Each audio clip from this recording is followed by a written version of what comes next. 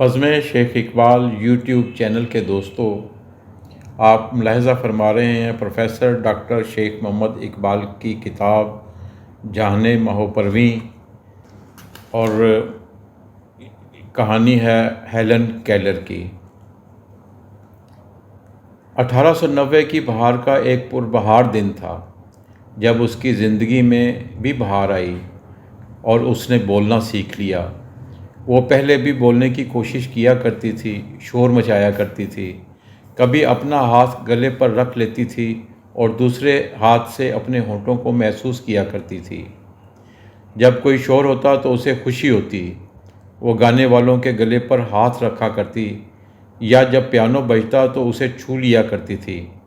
اپنی بینائی اور سماعت ضائع ہونے سے پہلے وہ بہت تیزی سے بولنا سیکھ رہی تھی، لیکن بیماری کے حادثے کے بعد وہ بول نہ سکتی تھی کیونکہ اسے سنائی نہیں دیتا تھا۔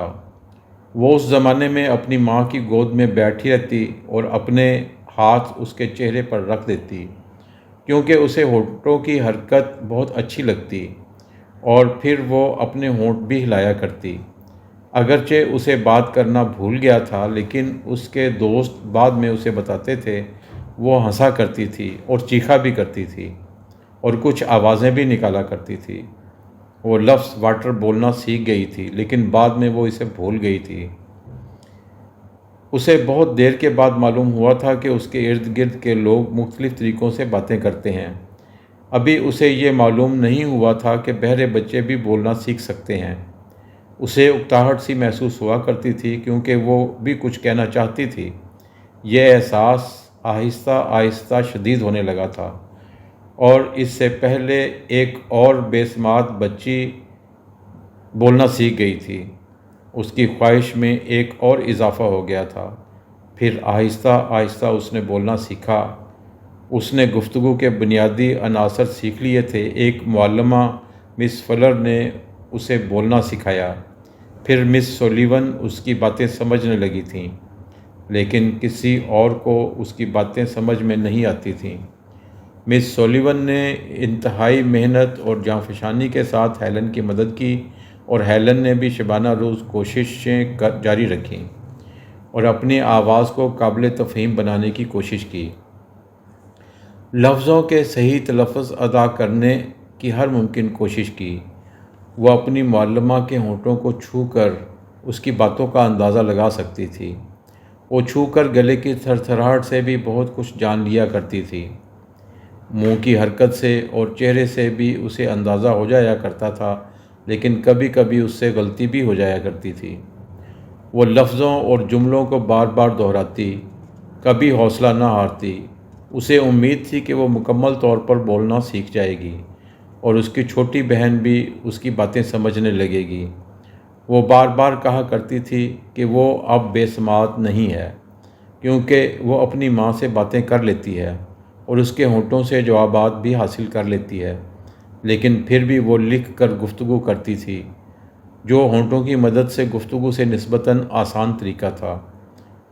وہ لوگوں کے ہاتھوں پر تحریر کرتی اور لوگ اس کے ہاتھ پر انگلیوں سے حروف بناتے، اور اسے یہ طریقہ بہت سہل محسوس ہونے لگا تھا۔ استعمال سے انگلیاں مختلف حرکات کی عادی ہو جاتی ہیں، لیکن کچھ لوگ بہت تیزی سے لکھا کرتے تھے جیسے کوئی ٹائپ رائٹر سے لکھ رہا ہو۔ جب وہ بولنے لگی تو اسے بہت خوشی ہوئی۔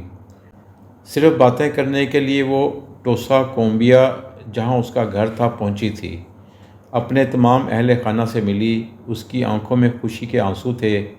اس کی ماں نے اسے سینے سے لگایا اور وہ ان سے باتیں کرنے لگی۔ اسی دوران ایک عجیب و غریب واقعہ ہوا۔ 1892 میں ہیلن نے ایک کہانی لکھنا شروع کی جو اس کے گھر والوں نے بہت پسند کی، اور ہر طرف اس کی دھوم مچ گئی، اور ایسا لگا کہ ہیلن کہانی کار ہونے والی ہے۔ اس کہانی کا نام دی فارسٹ کنگ تجویز ہوا، لیکن بعد میں معلوم ہوا کہ اس قسم کی کہانی ہیلن نے سنی تھی، اور لاشعوری طور پر اس نے اس کو کم و بیش اسی شکل میں تحریر کر دیا تھا۔ جب یہ حقیقت معلوم ہوئی تو ہیلن بہت شرمندہ ہوئی، اور اس نے زندگی میں کہانیاں لکھنے کا ارادہ ہی ترک کر دیا۔ وہ خط لکھتے وقت بھی اس خوف میں گرفتار رہتی کہ کہیں وہ کسی اور کے جملے تو نہیں لکھ رہی۔ آہستہ آہستہ اسے یہ واقعہ بھول گیا اور اس نے اپنی زندگی کے بارے میں کچھ لکھنے کا ارادہ کیا، لیکن پھر بھی لاشعوری طور پر اسے یوں لگتا رہا کہ کہیں وہ کسی حوالے سے سرقہ کی غلطی تو نہیں کر رہی۔ یہ خوف بری طرح اس کا پیچھا کرتا رہا، لیکن مس سولیون اس کی ڈھارس بندھاتی رہی۔ اس کی عمر 12 سال ہو چکی تھی۔ اس نے کچھ نہ کچھ لکھنا شروع کیا اور اس میں ذہنی بالغی بھی پیدا ہونے لگی۔ اس کے ساتھ ساتھ اس کا سفر جاری رہا۔ 1893 میں وہ واشنگٹن گئی۔ اس نے ساحلوں کی سیر کی۔ لوگ پوچھتے، حسن اور موسیقی کا تمہارے ذہن میں کیا تصور ابھرتا ہے؟ تم موجوں کو ساحل سے ٹکراتے ہوئے نہ دیکھ سکتی ہو نہ سن سکتی ہو، تمہارے نزدیک ان کی کیا اہمیت ہے؟ لیکن ہیلن یہ تمام چیزیں محسوس کر سکتی تھی۔ ہیلن اور مس سولیون نے بہت سے تفریحی مقامات کی سیر کی، جن میں نیاگرا کی آبشاریں بھی شامل تھیں۔ ہیلن اپنی کمال قوت احساس سے اشیاء کا ادراک کر سکتی تھی اور بھرپور انداز سے لطف اندوز ہو سکتی تھی۔ وہ کبھی کشتی میں بیٹھتی تو کبھی کسی جہاز میں، کبھی کسی سرائے میں، کبھی کسی میلے میں، کبھی کسی باغ میں تو کسی بازار میں۔ وہ زندگی کا تمام حسن اور موسیقی اپنی حیثیت سے اپنی شخصیت میں شامل کرنا چاہتی تھی۔ کبھی چھو کر، کبھی پڑھ کر اور کبھی جان کر اسے انسانیت سے بلا کی دلچسپی ہو گئی تھی۔ کوئی اسے انتہائی لطیف اور نازک اشیاء بھی چھونے سے منع نہیں کرتا تھا۔ اس کا تجسس اور انہماک، زندگی سے محبت، جوش و خروش ہر ایک کے لیے انتہائی دلچسپی کا باعث تھا۔ وہ عالمی میلے میں بھی گئی اور ہر چیز کو انگلیوں سے چھو کر دیکھا اور اسے ہر شے انتہائی دلچسپ لگی۔ دنیا کے ہر کونے سے آئی ہوئی مصنوعات، فنون لطیفہ کے نمونے اس کی توجہ کا باعث بنے۔ اسے ان میں زندگی دھڑکتی ہوئی دکھائی دی۔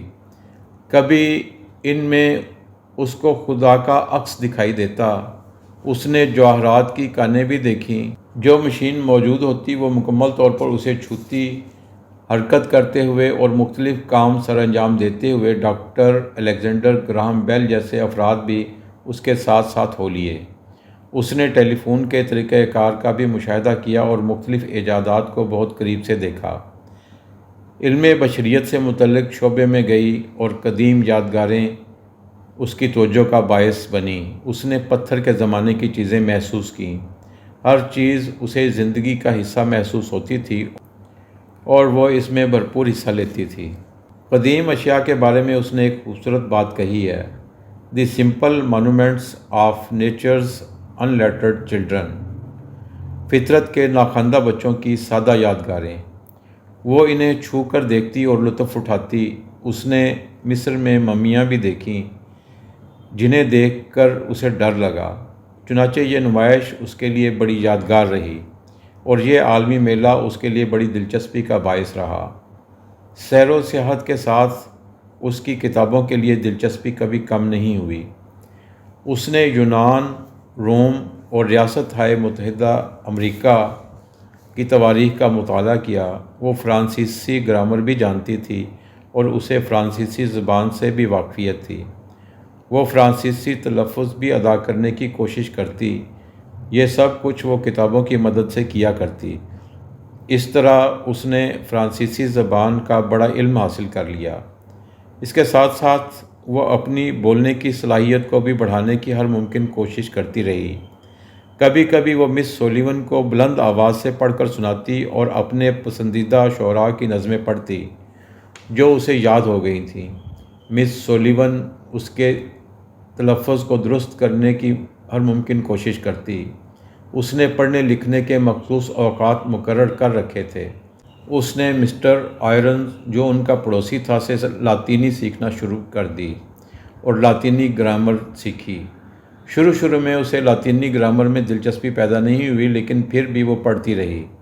1894 میں ایک امریکی انجمن کے اجلاس میں شریک ہوئی جس میں بے سماعت بچوں کو گفتگو کرنا سکھانے کے بارے میں غور و فکر ہو رہا تھا۔ ہیلن بہروں کے لیے ایک اسکول میں گئی۔ مس سولیون اس کے ساتھ تھی۔ یہاں ہیلن کو گفتگو کے حوالے سے بہت کچھ معلوم ہوا۔ وہ یہاں 2 مہینے ٹھہری۔ یہاں اس نے ریاضی، طبیعیات، جغرافیہ، فرانسیسی اور جرمن زبانیں بھی پڑھیں۔ مس ریمی کے ساتھ جو جرمن زبان کی معلمہ تھی، جرمن بھی بولنے لگی۔ اس نے جرمن زبان میں خاصی ترقی کر لی، لیکن اسے فرانسیسی نسبتاً مشکل لگی۔ وہ اپنی فرانسیسی معلمہ کی لب خوانی صحیح طرح سے نہیں کر سکی، اس لیے اسے دقت ہوئی۔ اسے لب خوانی اور فن گفتگو میں توقعات کے مطابق مہارت حاصل نہ ہو سکی۔ وہ چاہتی تھی کہ دوسروں کی طرح گفتگو کر سکے، لیکن اس کے اساتذہ اب بھی پر امید تھے۔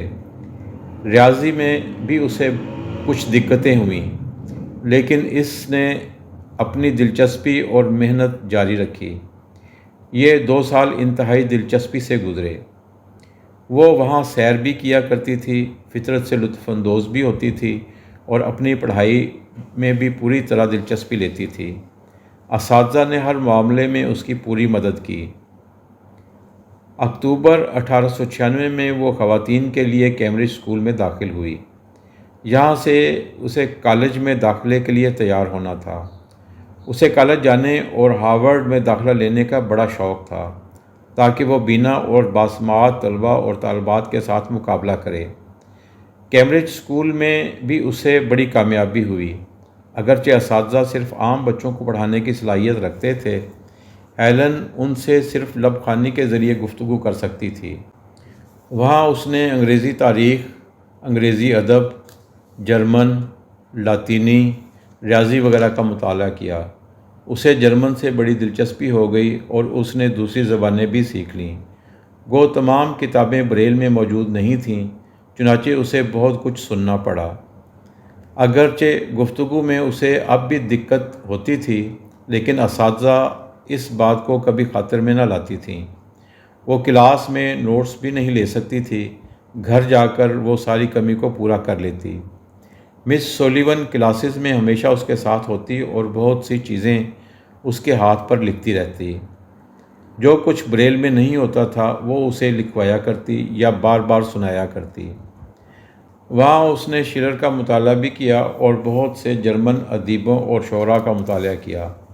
گوئٹے کو بھی اپنے مطالعے میں شامل کیا۔ اسے شیلر کی نظمیں بہت اچھی لگتی تھیں۔ ایز یو لائک اٹ کا مطالعہ کیا، میکالے کو پڑھا، برک اور جانسن کی تقاریر کا مطالعہ کیا۔ پہلی بار بینا اور باسماعت لڑکیوں کے ساتھ اسے دوستی کا مزہ آیا اور بہت اچھے لمحات گزارے۔ ان کے ساتھ بہت سی کھیلوں میں شرکت کی۔ کچھ لڑکیوں نے اس کے ساتھ گفتگو کرنا بھی سیکھ لیا۔ پھر اس نے اپنے ابتدائی امتحانات اعزاز سے پاس کیے تاکہ وہ کالج میں داخلہ لے سکے۔ اس نے جرمن، فرانسیسی، لاطینی، انگریزی، یونانی اور رومن تاریخ میں امتحانات پاس کیے۔ امتحان میں اس نے ٹائپ رائٹر استعمال کی، جس سے اس کی شناخت تو چھپائی نہیں جا سکی، جو کہ طریقہ امتحان میں ضروری تھی۔ اسے ٹائپ کرنے کے لیے ایک علیحدہ کمرہ دیا جاتا تاکہ اس کی ٹائپ رائٹر کا شور دوسروں کے لیے مشکل کا باعث نہ بنے۔ کوئی شخص اسے پرچے پڑھ کر سناتا اور دروازے پر ایک شخص نگرانی کے لیے کھڑا رہتا۔ کوئی اسے پرچہ بتاتا، وہ اسے دہراتی تاکہ اسے یقین ہو سکے کہ وہ صحیح سن رہی ہے۔ تمام پرچوں میں اس نے کامیابی حاصل کی۔ اب امید اور جوش و خروش کی شمع کی لو کچھ اور تیز ہو گئی۔ پھر اس نے گلمین اسکول میں اپنا دوسرا سال شروع کیا۔ اسے بالخصوص ریاضی پر زیادہ توجہ دینا تھی اور طبیعیات، الجبرا، جیومیٹری، علم نجوم، اسٹرانومی، یونانی اور لاطینی جیسے مضامین پڑھنے تھے۔ ابھرتی ہوئی کتابیں دستیاب نہیں تھیں اور اسے ہدایات لکھنے میں دقت ہوتی تھی۔ مس سولیون اسے کتابیں پڑھ کر سنایا کرتی۔ بہرحال لکھنا بہت ضروری ہو گیا تھا۔ اسے الجبرا اور جیومیٹری بھی کلاس ہی میں حل کرنا پڑتے۔ چنانچہ اس نے بریل رائٹر کا استعمال کیا اور جیومیٹری کی اشکال تو نہیں دیکھ سکتی تھی جو بلیک بورڈ پر لکھی ہوتی تھیں۔ یہ اشکال کشن پر سیدھی اور آڑی لکیروں کے ذریعے سمجھائی جاتی۔ کبھی کبھی وہ حوصلہ بھی ہار جاتی، لیکن اس کی معلمہ اس کی ڈھارس بندھاتی رہتی۔ آہستہ آہستہ مشکلات کم ہونا شروع ہو گئیں۔ ابری ہوئی کتابیں اور پڑھنے لکھنے کی دوسری اشیاء اسے دستیاب ہونے لگیں اور اس کا جوش و خروش بڑھ گیا۔ الجبرا اور جیومیٹری پھر بھی قدرے مشکل رہے۔ اسے ریاضی سے کوئی خاص رغبت نہیں تھی۔ اس میں بھی دقتیں ظاہر ہوتی رہیں۔ جیومیٹری کے ڈایاگرامز بھی اسے خاصے مشکل لگتے تھے۔ اساتذہ کا خیال تھا کہ اسے کالج میں داخل ہونے سے پہلے تیاری کے لیے 4-5 سال درکار ہوں گے، لیکن ہیلن بالکل اپنے ہم جماعتوں کے ساتھ کالج میں داخل ہونا چاہتی تھی۔ چنانچہ اس کے لیے ایک پرائیویٹ ٹیوٹر کا انتظام کیا گیا جس کا نام کیتس تھا۔ اس نے ہیلن کو الجبرا، جیومیٹری، یونانی اور لاطینی کے مضامین میں خاصی مدد کی۔ یوں کمرہ جماعت سے باہر رہ کر اس نے زیادہ دلچسپی سے اپنی تیاریاں شروع کر دیں۔ مسٹر کیتس نے مضامین کو خاصا دلچسپ بنا دیا اور بہت سے مسائل حل ہونے لگے۔ 29-30 جون 1900 کو اس کے امتحانات ہوئے تاکہ وہ ریڈ کلف کالج میں داخل ہو سکے۔ اس بار اسے پرچے بھی بریل میں مہیا کیے گئے تاکہ وہ خود پڑھے اور ٹائپ کرے۔ یہ طریقہ زبانوں کے سلسلے میں تو کامیاب رہا، لیکن جب جیومیٹری اور الجبرا کی باری آئی تو مشکلات رہیں۔ اسے بہت سے نشانات اور علامات سمجھ میں نہیں آتے تھے۔ بہت سی دقتوں کے بعد یہ مرحلہ طے ہو گیا اور کالج میں داخل ہونے کی یہ طویل آزمائش اختتام کو پہنچی۔ کالج میں داخل ہونے سے پہلے یہ فیصلہ کیا گیا کہ اسے 1 سال اور مسٹر کیتس سے رہنمائی حاصل کرنی چاہیے۔ چنانچہ 1900 میں اس کا کالج میں داخل ہونے کا خواب شرمندہ تعبیر ہوا۔ ہیلن کو ریڈ کلف کالج میں داخل ہو کر بہت لطف آیا۔ وہ سال ہا سال سے اس دن کا انتظار کرتی رہی تھی۔ اسے بینا اور باسماعت لوگوں کے ساتھ ساتھ حصول تعلیم میں جدوجہد سے بے پناہ لطف آنے لگا اور اس کے سامنے نئی راہیں کھلنے لگیں، جہاں امکانات ہی امکانات تھے، اور ہیلن کے لیے ایک بہت بڑا تجربہ تھا۔ اسے معلوم تھا کہ پروفیسر دانائی کا سرچشمہ ہوتے ہیں اور اس طرح اس کی رسائی علوم کی گہرائی تک ہو جائے گی، لیکن وقت گزرنے کے ساتھ ساتھ اسے معلوم ہوا کہ کالج میں وہ سب کچھ نہیں تھا جس کا خواب وہ دیکھا کرتی تھی۔ اب اس کے پاس سوچنے کے لیے وقت باقی نہیں رہا تھا۔ ایک دوڑ دھوپ ہر طرف جاری تھی۔ اب اس کے پاس وہ فرصت نہیں تھی کہ وہ دل کی موسیقی اور ذہن کے نغموں کو سن سکتی۔ اسے معلوم ہوا کہ کالج میں سیکھنے جاتے ہیں، سوچنے نہیں جاتے۔ کالج کے پہلے سال میں اسے فرانسیسی، تاریخ، جرمن، انگریزی ادب وغیرہ پڑھنا تھے۔ فرانسیسی میں اس نے کارنیل، مولیئر، راسن وغیرہ کو پڑھا اور جرمن میں گوئٹے اور شیلر کو اس نے انگریزی ادب کا بھی خوب مطالعہ کیا۔ جہاں تک کمرہ جماعت میں مصروفیات کا تعلق ہے، وہ عملی طور پر تنہا ہوتی تھی اور اسے یوں لگتا تھا کہ جیسے پروفیسر ٹیلی فون کے ذریعے بول رہا ہو۔ لیکچرز کو جلدی جلدی اس کے ہاتھوں پہ لکھ دیا جاتا، لیکن اسے لیکچر کا مزہ نہیں آتا تھا۔ لفظ دوڑتے بھاگتے محسوس ہوتے تھے، لیکن وہ لڑکیاں جو نوٹس لیتی تھیں وہ ان سے کسی طرح پیچھے نہیں رہتی تھی۔ وہ لیکچر کے دوران خود نوٹس نہیں بنا سکتی تھی کیونکہ اس کے ہاتھ مصروف ہوتے تھے، ان پر کچھ لکھا جا رہا ہوتا تھا، لیکن وہ گھر جا کر جو کچھ اسے یاد رہتا لکھ لیتی۔ وہ تمام مشقیں وغیرہ گھر جا کر کرتی، وہ امتحانات ٹائپ رائٹر کے ذریعے دیتی۔ ہیمنڈ ٹائپ رائٹر استعمال کرتی کیونکہ اس کے نزدیک یہ سب سے بہتر تھی۔ بریل میں بہت کم کتب دستیاب تھیں، اس لیے اس کی دشواریاں بہت زیادہ تھیں۔ کبھی کبھی وہ پریشان بھی ہو جاتی، اسے اپنی منزل بہت دور دکھائی دیتی، لیکن پھر وہ مسکرا دیتی اور سوچتی کہ وہ جہد حیات میں تنہا تو نہ ہوگی۔ اگلی کلاسوں میں بھی کم و بیش اس نے یہی مضامین پڑھے اور کلاس کی اساتذہ کا خوب مطالعہ کیا۔ ادب کو انتہائی دلچسپی سے اپنے مطالعے میں شامل رکھا وہ کالج کے اساتذہ سے بہت مطمئن نہیں تھی۔ ان میں وہ بات نہیں تھی جو یونانی حکمان میں تھی۔ وہ گھٹے گھٹے سے رہتے تھے، لیکن بعض اچھے پروفیسر بھی تھے جو چیزوں کی وضاحت کرتے تھے۔ لیکن ہیلن سوچتی تھی ایک دن میں بہت سے مضامین پڑھنا کتنا مشکل ہوتا ہے۔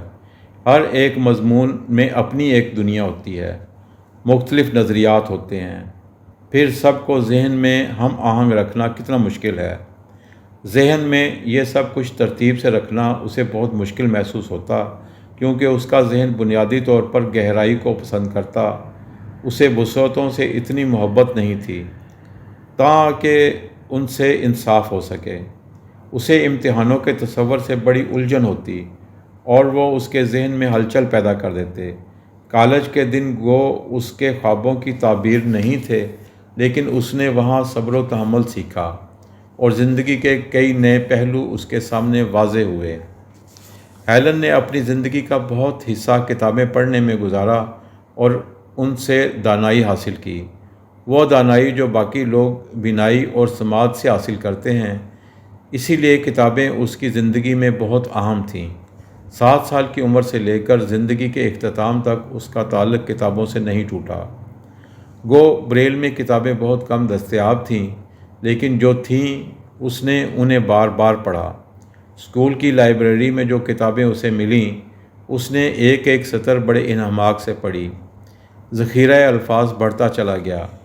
یہی وجہ ہے کہ جب وہ باتیں کرنے لگی تو ہر کوئی کہا کرتا کہ اسے کتنے الفاظ یاد ہیں۔ وہ لائبریری کے ایک کونے میں بیٹھ جایا کرتی اور پڑھتی چلی جایا کرتی۔ اسے وقت کا بھی احساس نہیں رہتا۔ کچھ کتابیں خصوصاً بریل میں اس کے لیے تیار کی گئی تھیں۔ یونانی ادب کے مطالعے نے اس کے ذہن پر بہت دلخوش کن اثر مرتب کیا۔ اسے یوں لگتا کہ یونانی دیویاں اور دیوتا زمین پر چلتے ہوئے اور باتیں کرتے ہوئے موجود تھے، اور کبھی کبھی وہ اس کے دل کے مندر میں آ بستے۔ ایلیٹ کو پڑھ کر یونان اس کے خیالوں کی جنت بن گیا۔ بڑی شاعری، خواہ وہ اہل یونان نے تخلیق کی یا انگریزی میں لکھی گئی، پڑھنے کے لیے کسی وضاحت کی ضرورت نہیں ہوتی، بس دل میں قبولیت کی قوت ہونی چاہیے۔ اس لیے ہیلن شاعری سے بہت متاثر ہوئی۔ اس کا دل شعراء کی دنیا میں کھو سا جاتا۔ اس نے بائبل کا مطالعہ اس وقت شروع کر دیا تھا جب وہ اسے سمجھ بھی نہیں سکتی تھی، لیکن پھر وہ اس کی موسیقیت میں کھو گئی۔ بعد میں اسے یہ کتاب سب سے اچھی لگنے لگی۔ اسے بائبل کی بہت سی کہانیاں بہت دلکش محسوس ہونے لگیں، جن میں اس نے بالخصوص رُت کا ذکر کیا ہے۔ اس نے لکھا ہے کہ بائبل پڑھ کر مجھے کچھ یوں لگتا ہے کہ دیکھی ہوئی چیزوں سے اندیکھی چیزیں زیادہ دائمی ہیں۔ اس نے چارلس لیمب کی ٹیلز فرام شیکسپیئر بچپن ہی میں پڑھ لی تھیں۔ وہ شیکسپیئر کے ڈرامے میکبتھ سے بہت متاثر تھی۔ اس ڈرامے میں بھوت اور چڑیلوں کا خیال اس کے خوابوں میں بھی موجود رہا۔ کنگ لیئر میں اسے گلوسیسٹر کی آنکھیں نکالنے والا سین بہت ہیبت ناک لگا اور اس کی انگلیاں ٹھہر سی گئیں، وہ آگے نہ پڑھ سکی۔ شائلاک اور پیراڈائز لاسٹ میں شیطان کا کردار اسے برا نہیں لگتا تھا۔ شائلاک کو اس کے خیال میں کسی نے صحیح ہونے ہی نہیں دیا۔ وہ ورڈزورتھ کی بھی شیدائی تھی، جس میں فطرت اور انسان کی وحدت موجود تھی۔ ادب اس کے لیے بعض اوقات خیالستان کا کام کرتا۔ یہ ادیب اور شاعر اس کے دوست، اس کے ساتھی اور اس کے ہمراز تھے۔ دوستو، بزم شیخ اقبال یوٹیوب چینل اگر آپ نے ابھی تک سبسکرائب نہیں کیا تو اس کو ضرور سبسکرائب کیجئے اور اپنے دوستوں کو بھی بتائیے۔ بہت شکریہ۔